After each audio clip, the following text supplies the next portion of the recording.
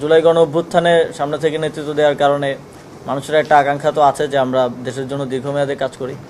তবে কোন রাজনৈতিক দলে আসলে যুক্ত হব সেটা তো এখনই আসলে সিদ্ধান্ত নেওয়ার সময় হয়নি, কিংবা কখন যুক্ত হব সেটাও এখনও আসলে অনেকটাই আনসার্টেইন।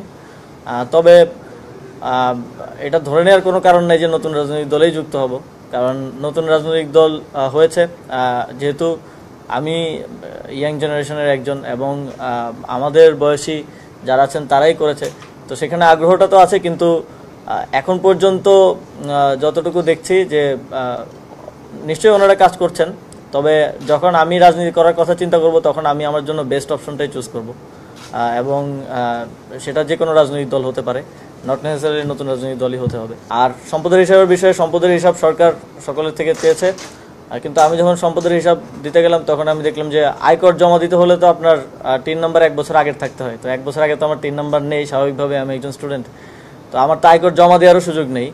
তো আমি আমার 3 নম্বর করেছি, আশা করি আগামী বছর আয়কর যখন জমা দিব তখন আমি সরকারকে অফিসিয়ালি যেই সম্পদের হিসাবটা সেটা দিতে পারবো। আর আনঅফিসিয়ালি আমার ব্যাংক অ্যাকাউন্ট থেকে শুরু করে যে হিসাব আছে সেটাও আপনারা, আমি চিন্তা করেছি যে দায়িত্ব থেকে যাওয়ার পরে হিসাবটা দিব, কিন্তু চাইলে এখনও দিতে পারি, নো ইস্যুস। ও হ্যাঁ, উত্তর সিটি কর্পোরেশনের গাবতলীহাটের যে বিষয়টা সেটা আমারও নজরে এসেছে। উত্তর সিটি কর্পোরেশন থেকে যেই জবাবটা দেওয়া হয়েছে সেটা হচ্ছে যারা করেছেন, আবেদন করেছিলেন, সেখানে 1, 2, 3 যারা হয়েছেন সেখানে ফ্যাসিবাদের সময়ের লোকজন তো আছেনই, এর বাইরেও যারা আবেদন করেছেন তাদের আসলে এর মধ্যে অনেকগুলো ক্রাইটেরিয়া তারা ফুলফিল করেন না। সেই জায়গা থেকেও উত্তর সিটি কর্পোরেশন এটা খাস আদায়ের সিদ্ধান্ত নিয়েছে। তবে আমি আমাদের উত্তরের প্রশাসক ওনাকে এটা পুনর্বিবেচনা করার জন্য অনুরোধ জানিয়েছি, যাতে করে সরকারের যেই আয় এই পশুর হাটকে কেন্দ্র করে সেটা কোনোভাবে আসলে হ্যাম্পার্ড না হয়, সিটি কর্পোরেশনের যেই আয় হওয়ার কথা সেটা যাতে কোনোভাবেই হ্যাম্পার্ড না হয়। আমার সাবেক এপিএসকে নিয়ে একটা নিউজ হয়েছিল যে তাকে সরিয়ে দেওয়া হয়েছে, কিন্তু আপনারা যদি জনপ্রশাসন মন্ত্রণালয়ের পরবর্তী ইয়েটা দেখেন, এবং আমাদের কাছেও পেপার রয়েছে, সে পদত্যাগপত্র জমা দেওয়ার প্রেক্ষিতে এবং সেটা গ্রহণ করার প্রেক্ষিতে, কিন্তু তো পদত্যাগ আর সরিয়ে দেওয়া তো এক জিনিস না, কিন্তু গণমাধ্যমে বিষয়টা দুঃখজনকভাবে সরিয়ে দেওয়া এসেছে।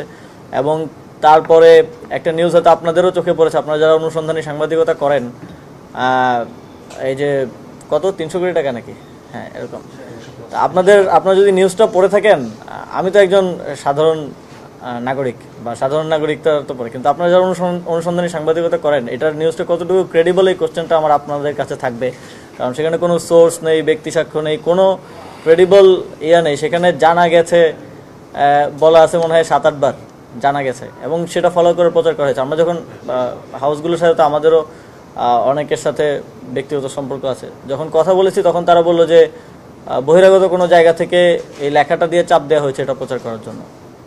তো এরকম মিডিয়া ট্রায়াল চলছে। তবে সেই জায়গা থেকে অধিকতর স্বচ্ছতার জন্য আপনারা দেখেছেন যে আমরা দুদককে, যেহেতু তিনি এখন মন্ত্রণালয়ের দায়িত্বে নেই, মন্ত্রণালয়ের দায়িত্বে থাকলে মন্ত্রণালয় থেকে আমরা তদন্ত করতে পারতাম, সেহেতু আমরা দুদককে অনুরোধ করেছি তদন্ত করার জন্য, এবং ইতিমধ্যেই দুদক তদন্ত কার্যক্রম শুরু করেছে। যদি কিছু থাকে সেটাও সামনে আসবে, যদি এটা নিছক গুজব হয় সেটাও সামনে আসবে। আপনারা সবাই দেখতে পারবেন দুদক একটা স্বাধীন প্রতিষ্ঠান, আপনারা সবাই সেটা জানতে পারবেন।